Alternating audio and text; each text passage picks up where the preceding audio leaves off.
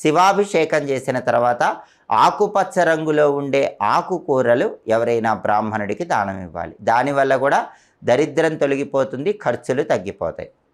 అసలు దరిద్రం పోవాలంటే రోజు ఇంటి ఇల్లాలు ఉదయం నిద్రలేచిన తర్వాత ఇంటి ముందు నీళ్లు చల్లి ముగ్గు వేసి ఆ ముగ్గు మీద ఒక గొబ్బెమ్మ ఉంచి, గొబ్బెమ్మ లేకపోయినా ముగ్గు మీద పసుపు కుంకుమ వేసి 2 పుష్పాలు ఉంచాలి. అలా చేస్తే కూడా ఇంట్లో ధనలక్ష్మి నిలబడుతుంది, ఖర్చులు తగ్గుతాయి. అలాగే కొబ్బరికాయకు సంబంధించి ఒక ప్రత్యేకమైన విధి విధానం పరిహార శాస్త్రంలో చెప్పారు.